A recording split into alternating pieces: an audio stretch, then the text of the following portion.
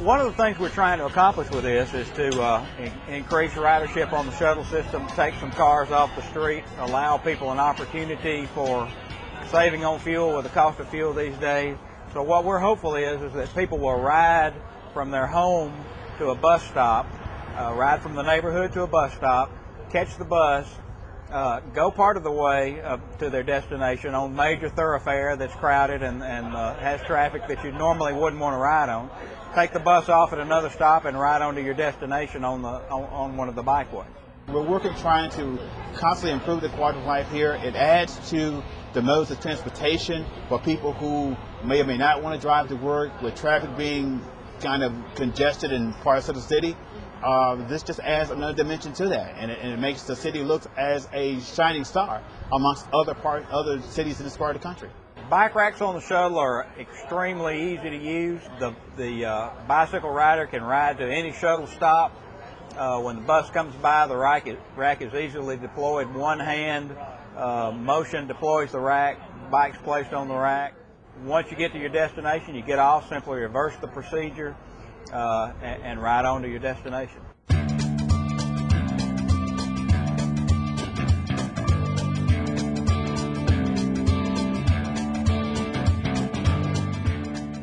Trying to just grow and actually have a network of roads and routes and greenways for people to come out, who move here, to go out on weekends, to ride, take their families out. We want them to feel safe when they're out riding bicycles and with their kids. And the greenways connected to the bicycle routes provide a perfect opportunity for that. And that's what we're working towards.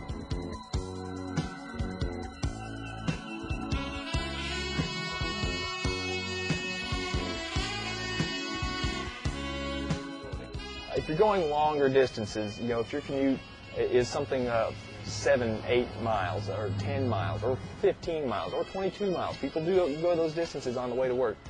You want to wear comfortable bicycle clothing. And pretty much what this does is just moves your body heat away from your body and moves moisture and moves it out. And in the wintertime, you just start putting on the layers. And essentially, you can pretty much bike commute year-round in Alabama under most conditions. It really was easy. It's only about 6 miles from here to there.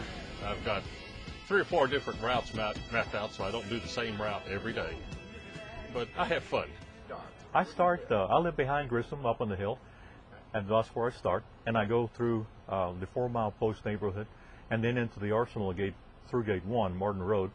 Martin Road, they just recently widened it to 4 lanes and a paved shoulder. So that's why I'm commuting in.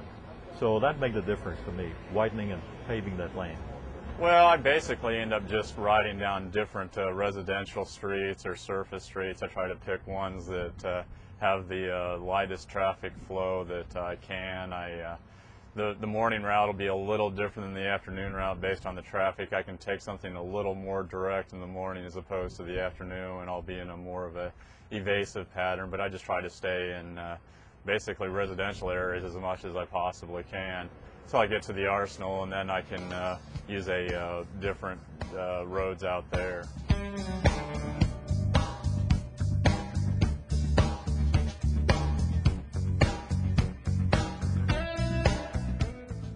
Some people have caught that bug. I caught the bug. I got more and more into it as really a training tool. But I started doing it just because it was kind of a way to arrive at work in a very good frame of mind. You've done a little bit of exercise instead of just getting up and driving your car for 10 or 15 minutes or half an hour.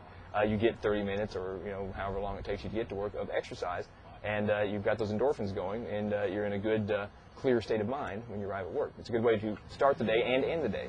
Well, I rode bikes as a kid, but really didn't get seriously into the sport until I just got out of college, a couple of years out of school.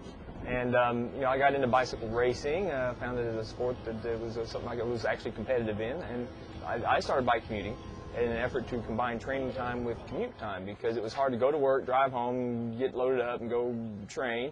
So I lived a pretty good distance from work, so I got about an hour's worth of training in before work, arrived at work, and then turned around and did it again, so I was getting about 2 hours a day.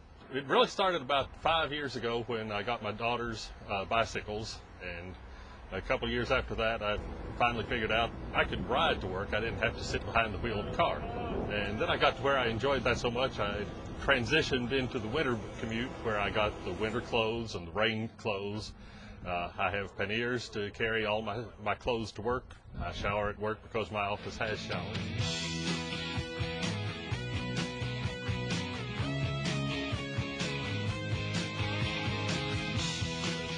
A, it saves money. I've probably saved $250 in the last 6 months on gas for commutes. B, it's good for me. I've lost weight instead of gaining the 5 or 10 pounds I have over the last 15 years until I started this. And C, and most importantly, it's fun. Oh yeah, we bicycle for fun on Saturdays and Sundays. And after work, sometimes, if I don't commute, which is a lot of times, Tuesday and Thursdays after work at the Arsenal, and we bicycle after everybody leaves at 5:30. And again, that's for fun, and there's no traffic because everybody's gone. Streets are deserted. So it's for fun to put some miles in, to have some fitness. The best part is you have the wind in your hair, and you're whizzing by, going very fast as compared to jogging.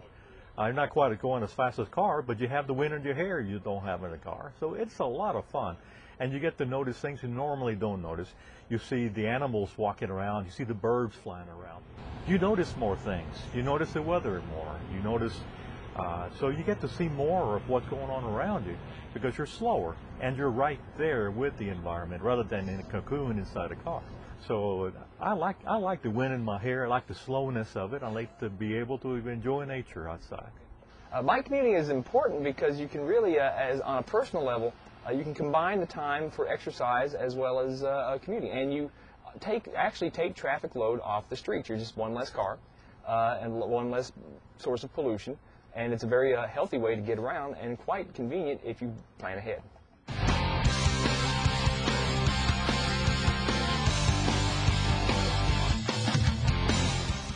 The basic essentials, well, you need a good bike. A decent bike. It doesn't have to be the greatest bike in the world. You can start at a few $100s for a bike, and they can go as high as you want. It's like any sport. You can spend as much as you have in your wallet. But start with a decent bike, good gears, a reliable frame.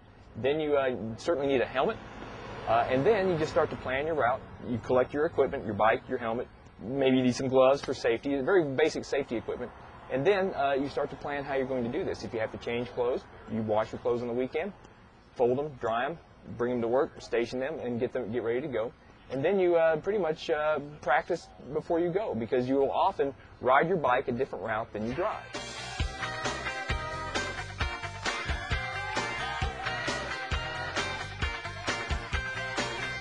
Be careful where you ride. You know, I have a helmet, but probably the most important safety equipment I have is what's underneath the helmet. I don't ride on the sidewalks. I don't ride against the traffic. Be smart. You'll get there.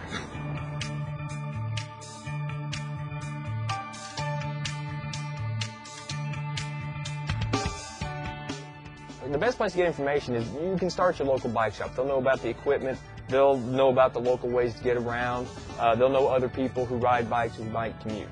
And your next stop would be your local bicycle club. Here in Huntsville, it's the Spring City Cycling Club, established in 1892.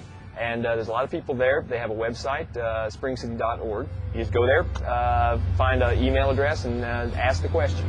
And there'll be a lot of people in town who are more than willing to help you figure that out.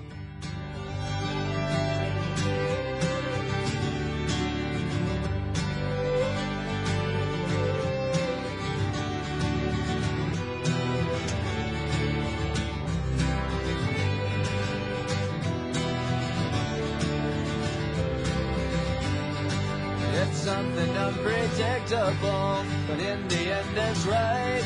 I hope you had the time of your life.